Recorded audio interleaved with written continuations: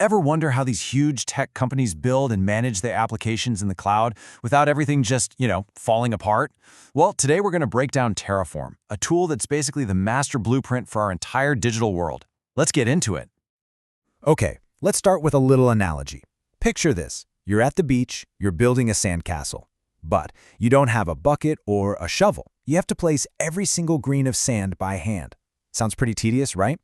Now imagine having to build another identical one right next to it. No way. Yeah, that painstaking grain-by-grain process, that's a perfect metaphor for setting up cloud infrastructure the old-fashioned way. Just endless clicking through menus, tweaking settings one by one, and all the while just praying you didn't miss a step. But thankfully, there is a much better way. To really appreciate why Terraform is such a game-changer, we first have to understand the problem it solves. Let's call it the manual infrastructure mess. It's the chaos that reigned before we all started treating our infrastructure like code. So what did this actually look like in the real world? Well, you'd log into your cloud provider, maybe AWS. First, you'd have to manually create a network space. Then you launch your servers, one by one. Then you have to connect into each individual machine to install software like Docker. Then you have to go configure all the firewalls and security rules. And the entire time, you're just crossing your fingers, hoping you can repeat this whole fragile process perfectly for your testing or production environments. It's slow, it's begging for human error, and it just doesn't scale. At all. And this is exactly where Terraform steps into the spotlight. It lets us move away from all those tiny manual steps and instead create a single master blueprint for our entire infrastructure. Terraform is a tool that lets you practice something called infrastructure as code, or IAC for short. And the core idea? It's simple, but it is so powerful. You manage your infrastructure using configuration files, just like you'd write software code.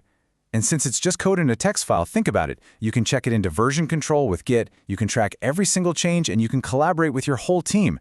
Your entire setup is documented and versioned right there. Now, the philosophy behind Terraform is what makes it so dang powerful. It uses what's called a declarative language. And this is a really crucial concept. Instead of writing a step-by-step list of commands telling it how to do something, you simply describe the end state, the final result you want. Terraform's job is to then figure out the most efficient way to make that happen. So what's the real difference here?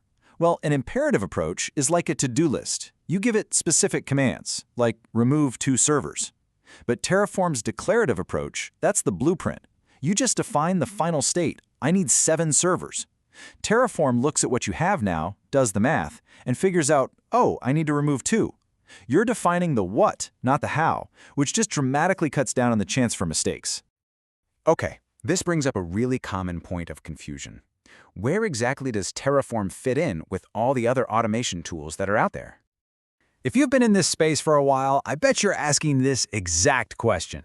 Ansible, Chef, Puppet, these tools also manage infrastructure with code, right? So what's the difference? The best way I've found to think about it is like building a house. Terraform's job is provisioning. It builds the actual house. The foundation, the walls, the roof. It creates the servers, the networks, the databases.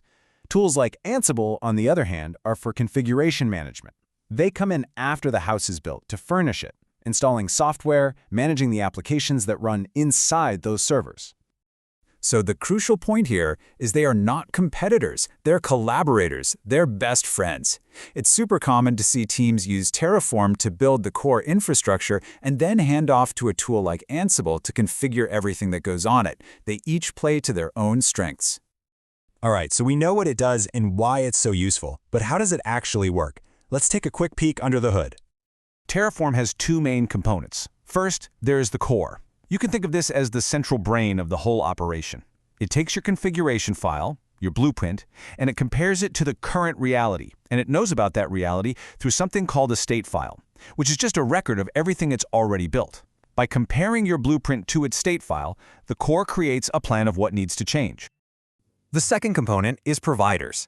Now think of these as translator plugins. The core itself doesn't know how to speak AWS or Google Cloud or even something like GitHub.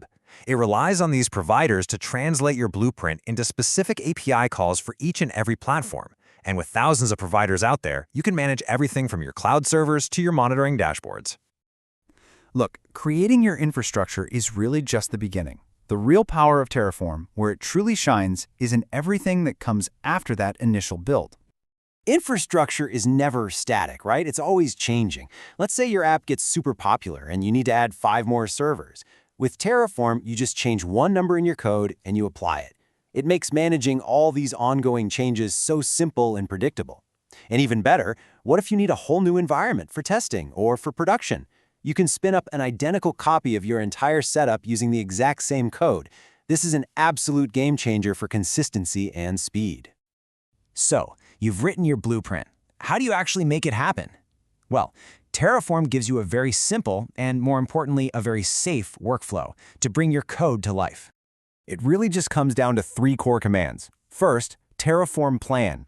This is your safety check. It's like a crystal ball. It shows you exactly what Terraform is going to do without actually doing anything. It's just a preview. Once you look at that plan and you're happy with it, you run Terraform Apply to make it a reality. And then, when you're all done, maybe it was a temporary environment for a demo, you run Terraform Destroy, and it will cleanly remove every single thing it created. And this brings us right back to the most important takeaway. Because of this declarative model, your code file isn't just a list of instructions, it is the documentation. At any point, you can look at your Terraform files and know with certainty exactly what your infrastructure looks like. It is your single source of truth. So, I'll leave you with this question to think about. In today's world of these complex, constantly changing systems, if your entire setup isn't defined as code in a file that you can read, how can you be truly certain what you actually have running out there? That's the problem Terraform solves, and that's why it's become such an essential tool for modern engineering.